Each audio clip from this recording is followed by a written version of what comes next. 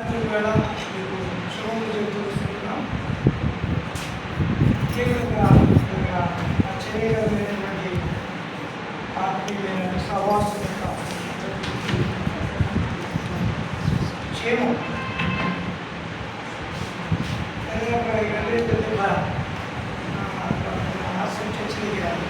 ప్రతి సంవత్సరం Christmas meeting పెడతా ఉంటాం. ఎవరో లేదు పర్వాలేదు లేదు, కానీ దేవుడు ఇచ్చిన ప్రేమ చేశాం. వేరే వాళ్ళకి చాలా మంది అయిపోయారు. అంతకన్నా శ్రేష్టంగా మనకి ఇచ్చిన క్రమంతో కూడిన మంచిగా మన దగ్గరికి రావట్లేదు. ఇది ఒక అద్భుతమైనటువంటి కాబట్టి ఈ సమయంలో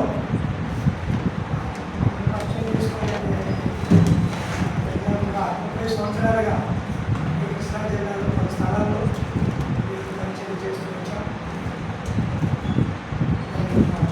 దగ్గరలో ఉంటాం.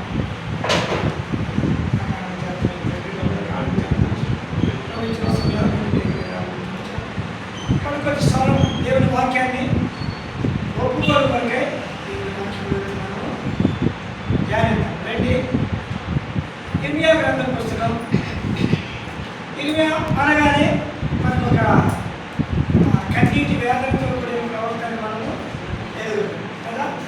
విలాపవాక్యం గ్రంథాన్ని రాసింది ఆయనే. ఇర్మియా గ్రంథంలో అన్ని శ్రమలు అనుభవించింది కూడా ఆయనే. కాబట్టి ఈ గ్రంథంలో ఆయన పేరు చెప్పగానే మనకి మన మనసుకు తటస్థించేదంటే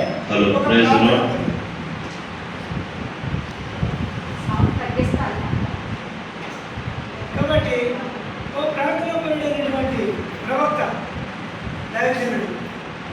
కాబట్టి ఈయన నోటి నుండి వచ్చే ప్రతి మాట ఇశ్రాయేలు ప్రజలకు, భవిష్యత్ తరాలకు జరిగే సంగతులు, వారు ఏదైతే ఎలాంటి పరిస్థితుల్లో ఉన్నారో, ఏ పరిస్థితుల్లో నుండి దేవుడు వాళ్ళని బయటికి తీసుకురావాలని కోరుకుంటున్నాడో ఆ ఉద్దేశాలన్నీ కూడా ఈ ఇర్మియా గ్రంథంలో రాష్ట్రించాడు. కాబట్టి 36వ అధ్యాయంలో కొన్ని సంగతులు ఈ రాత్రి మన ప్రార్థన కొరకే మనము ప్రభు దగ్గర నుండి పొందుదాం. ఇర్మియా గ్రంథ పుస్తకం 36వ అధ్యాయం. అక్కడ దేవుని ప్రజలకి లేకపోతే యెహోయాకీము కాలానికి యెహోయాకీము రాజుగా ఉన్నాడు. అతడు 4వ సంవత్సరంలో పుస్తకం రాయబడతా వచ్చింది 4వ వచనం ప్రకారం. తర్వాత 5వ సంవత్సరంలో అది ఉపవాస దినాన్ని ప్రకటించినటువంటి ప్రజల మధ్యకు ఆ పుస్తకాన్ని బయటికి తీసుకొచ్చాడు. తర్వాత మరి 9వ మాసంలో అది ఒక గొప్పదైనటువంటి ఇర్మియాకు చెరకాలంగా చేపడతా వచ్చింది. ఓ మాట చెప్పాలంటే ఆ కాలంలోనే రాసిన గ్రంథం అంతా కూడా కాల్చివేయబడింది.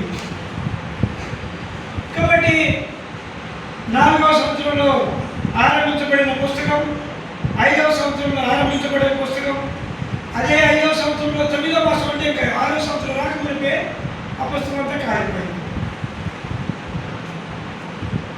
ఇది రాజైన యెహోయాకీమే కాల్చేశాడు.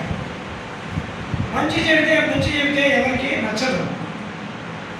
కాబట్టి దీంట్లో ఒక మంచి ఉద్దేశాన్ని ఇర్మియా రాసిపెట్టించాడు.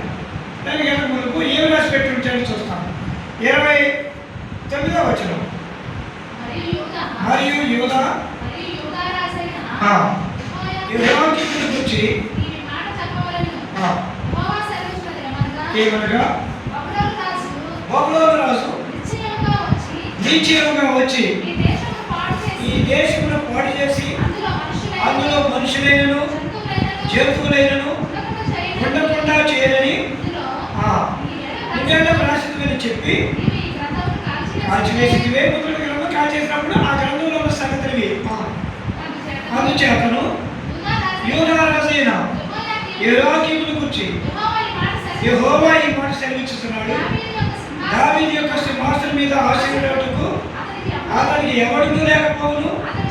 అతని శవము పగలు ఎండపాలు రాత్రి మంచు పాలకును నేను వారి దోషమును బట్టి అతన్ని అతని సంతతిని అతని సేవకులు శిక్షిస్తున్నాను. నేను వారి గురించి చెప్పిన కీడంతయు వారి మీదకి రప్పించుతున్నాను, యూదా జనముల మీదకి.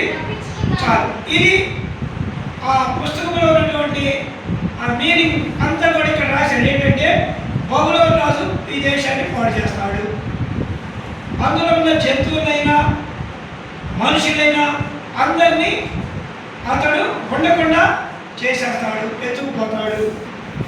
తరువాత మూడవది ఏంటంటే ఈ యోయాకీముకు పుట్టిన కొడుకుల్లో ఒక్కడు కానీ సింహాసనం మీద ఉన్నాడు, అందరూ బొత్తిగా నాశనం అయిపోతారు. తరువాత అతడు కూడా లేకుండా అతని సేవకు కూడా పగలేదు, ఎండకి రాత్రికి మంచుకి అయిపోతుంది. ఇంకా చెప్పాలంటే ఈ కీడంతా యెరూషలేము నివాసుల మీదకి, అతనికి, అతని సంతతికి, అతని సేవకులకి అందరికీ వస్తుంది. ఇప్పుడు ఆయన చెప్పింది తప్పటారా? ప్రవక్త చెప్పింది బాబు ఇట్లా ఉంది అన్నప్పుడు దానికి పరిష్కారం లేదని ఎంచుకోవాలి. ఏం చెప్పింది? అయ్యా నీ పరిస్థితి తారుమారైపోతుంది కాబట్టి ఇప్పుడు నువ్వేం చేయాలా? నువ్వు ఖచ్చితంగా దానికి ఏదైనా ప్రక్షాళన కోరుకోవాలి. ప్రవక్తగా నా దగ్గరికి వచ్చి సారీ అండి అని చెప్పకపోయినా పర్వాలేదు. ఎంతకాలం పంపించింది ఎవరు? యెహోవా సేవించుతున్నాడు. యెహోవా సేవించలేదు మనకు అయిపోతుందిగా. కానీ ఇప్పుడు దాన్ని ఎక్కడికి వెళ్ళాలి? దేవుడి దగ్గరికి వెళ్ళాలి. దేవా నా దేశం పాడైపోద్దంట, నా దేశంలో జంతువులు మనుషులు ఎవరు ఉండరంట, అందరికీ కీడు వస్తుందంట, నేనే చచ్చిపోతానంట, నా కొడుకులు ఒక్కడు కూడా సింహాసనం మీద ఉన్నాడంట అని ఏడిస్తే ఎంత బాగుంటుంది. కానీ ఈ పని చేయకుండా యెర్మియాను శిక్షించడానికి ప్రయత్నం చేస్తున్నాడు. యెర్మియా రాసే పుస్తకాలు చాలా గంభీరంగా ఉంటాయి. ఎంతమంది కూడా తాను ఒక పుస్తకం రాశాడు 30 అధ్యాయంలో. యెర్మియా గ్రంథం 30 అధ్యాయం 2వ వచనం. ఇది చెరపట్టబడే ఇశ్రాయేలు ప్రజల గురించి రాయబడింది. రాబో దినములలో నేను ఇశ్రాయేలు వారును యూదా వారును నా ప్రజలను విడిపించి వారు స్వాధీనపరుచుకున్నట్లు కావున నేను నీతో చెప్పిన మాట్లాడే పుస్తకంలో. కాబట్టి చెరపట్టబడిన వారు, చెరలో నుండి తిరిగి వచ్చేవారి సంగతి అంతా కూడా ఈ 30 అధ్యాయంలో, తర్వాత 16వ అధ్యాయంలో, 23వ అధ్యాయంలో ఇవన్నీ కూడా ఇశ్రాయేలు యొక్క చెరల గురించి రాశాడు. కానీ ఈ 36వ అధ్యాయము యెహోయాకీము గురించి, ప్రత్యేకంగా ఒక రాజు గురించి చెప్పినటువంటి మాటలు అన్నమాట. కాబట్టి ఇప్పుడు అప్పుడు ప్రజల గురించి చెప్పినప్పుడు అది వేరే విషయం. ప్రజలు ఎలాగైనా రావాలో, వారు తిరిగి రావడానికి వారు ఎట్లాంటి ప్రయత్నం చేయలేదు అంతా కూడా అది. కానీ ఇక్కడ వ్యక్తిగతంగా చెప్పినప్పుడు అంటే ఖచ్చితంగా దాన్ని ఏం చేయాలి? ఇప్పుడు రియలైజ్ అవ్వాలి, ఒప్పుకోవాలి. ఈయన రాసిన పుస్తకాన్ని 5 చదివారు. చూడండి, మొదలుగా 36వ అధ్యాయంలోనే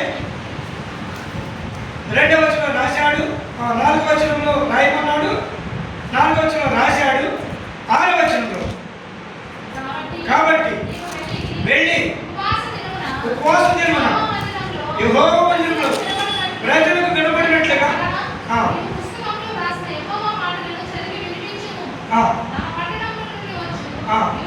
యూదా వారందరికీ వినబడినట్లుగా.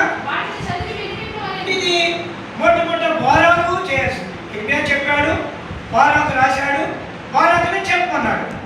కాబట్టి మొట్టమొదట బారాకు చదివాడు, బారాకు వినిపించాడు. 10వ వచనంలో బారాకు యెహోవా మందిరంలో షాఫాను కుమారుడైన గెమర్యా దగ్గరికి యెహోవా మందిరపు క్రొత్త స్థానపు ప్రవేశమున యెర్మియా చెప్పిన మాటలు గ్రంథంలో చదివి వినిపించాను. కాబట్టి 8వ వచనంలో కూడా ఈ మాటలన్నీ చదివి వినిపించాడు. ఇదంతా కూడా 3 సార్లు బారాకే చదివాడు. యెర్మియా చెప్పిన మాటలు బారాకు గెదల్యా కుమారుడైన ఆయన ఇంట్లోకి చదివాడు, ఉపవాస దినాన్ని ప్రకటించి చదివాడు. ప్రజలందరూ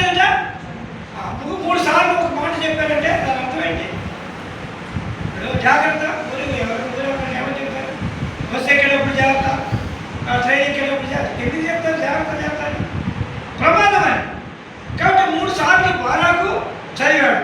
13వ వచనంలో మీకాయ చదువుతున్నాడు.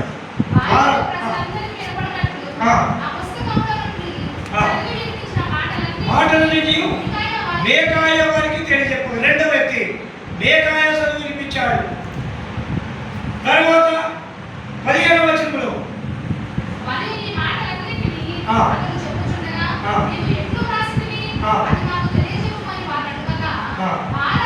బారాకు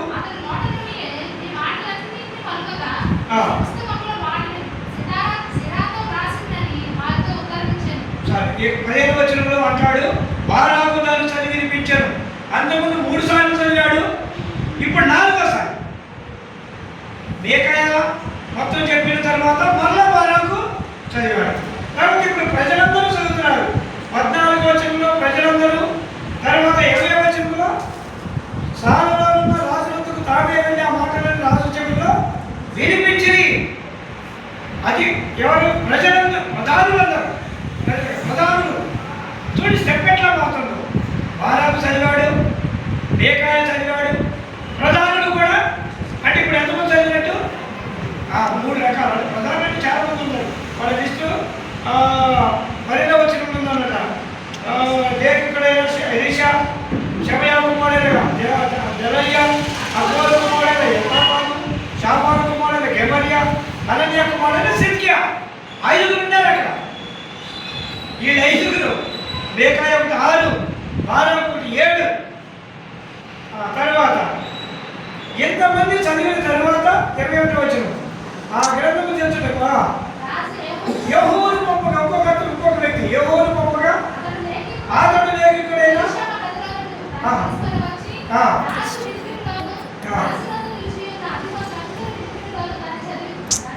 చదివాను. యెహోవా చదివాడు. అంటే ఇప్పుడు ఎంతమంది చదివారు ఒక మాటని? ఇప్పుడు ఇక్కడ ఉన్నారు, ఇక్కడ 10 మంది ఉన్నారు.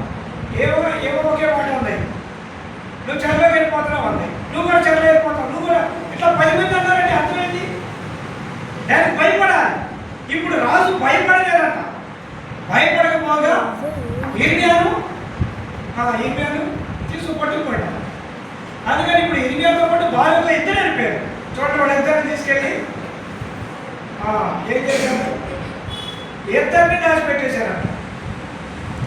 20వ రాష్ట్ర భాగంలో లేఖకుడు ఎలీషా